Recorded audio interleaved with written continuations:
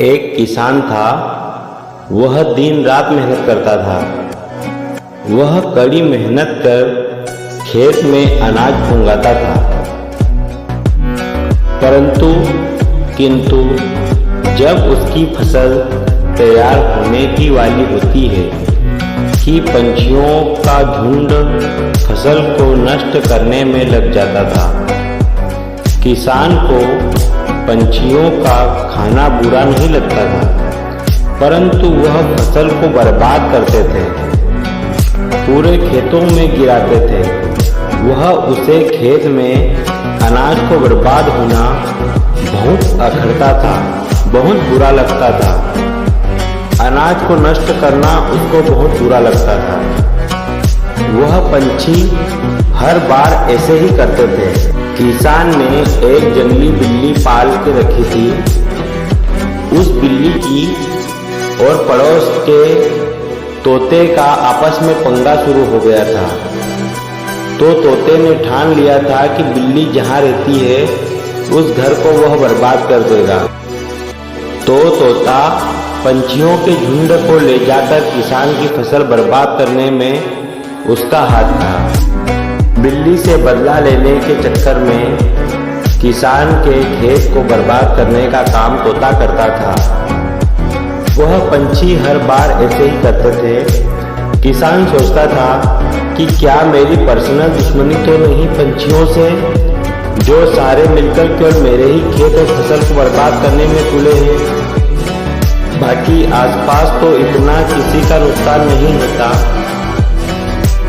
आखिर में ये पंछी मेरा नुकसान ही तो सबसे ज्यादा करते हैं। किसान को कुछ समझ में नहीं आता था। अब किसान काफी परेशान हो गया। अब किसान तंग आकर पंछियों को सजा देने के लिए सोचा और ठान लिया, कैसे भी कर पंछियों को पकड़ना है, अब उन्हें भगाना नहीं है। किसान ने पंछियों को भगाने के लिए काफी टोटके करके देख लिए थे, लेकिन पड़ोस का तोता सारी खबर रखता था कि आज किसान कहाँ है, कहाँ जा रहा है, कहाँ आ रहा है। अब किसान झुंड को पकड़ने का प्रयास करने लगा। रोज किसान आया तो कम पंछी थे, इसलिए वो देख के चला गया। दूसरे रोज आया चलते चलते, परंतु उस दिन भी कम पंछी थे, उस दिन भी देख के चला गया। अब तीसरे दिन देखने आया। उसे ऐसा लगा कि अब झुंड आना शुरू हो गया है। फसल पक चुकी थी। जहाँ झुंड आया था वहाँ आसपास किसान जाल डाल देता है और किसान उसकी जंगली बिल्ली को ले जाकर खेत में निकलता है।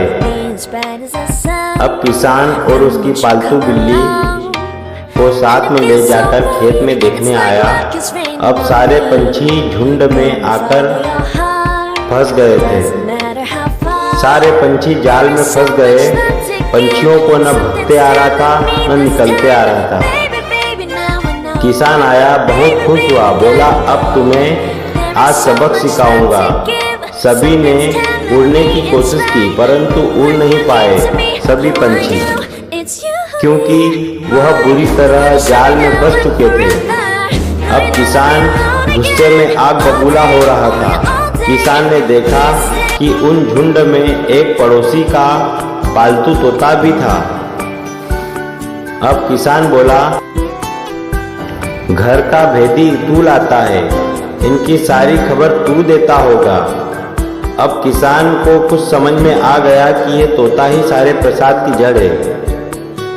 वह अब डर के मारे, उसका भी बुरा हाल था तोते का, क्योंकि उस तोते की लड़ाई किसान की बिल्ली से थी। इसलिए सारे पंछियों का झुंड लेकर किसान के खेत में आता था। अब किसान ने बिल्ली को कहा, इस तोते को जल्द खा जाओ। अब तोता बहुत दुखी हुआ, बहुत परेशान हुआ। तोते को बहुत पछतावा हो रहा था। तोता सोच रहा था कि मैंने बदला किसान से फालतू लिया। अब तोता सोच रहा था कि मेरा बदला तो आखिर बिल्ली से था, मैंने किसान की फसल क्यों बर्बाद की। अब तोता मन ही मन पछता रहा था। परंतु अब क्या होत जब चिड़िया चुग गई खेत। करुण की आवाज में रोने लगा। उसे बिल्ली में यमराज दिखने लगा था। सभी झुंड को भी अब बिल्ली में यमराज दिखने लगा। अब बिल्ली सारे झुंड पर झपटने वाली ही थी कि किसान को बहुत दया आई कि पंछियों पर, और बोला किसान कि तुम इस तोते की सभी संगति में कैसे आए।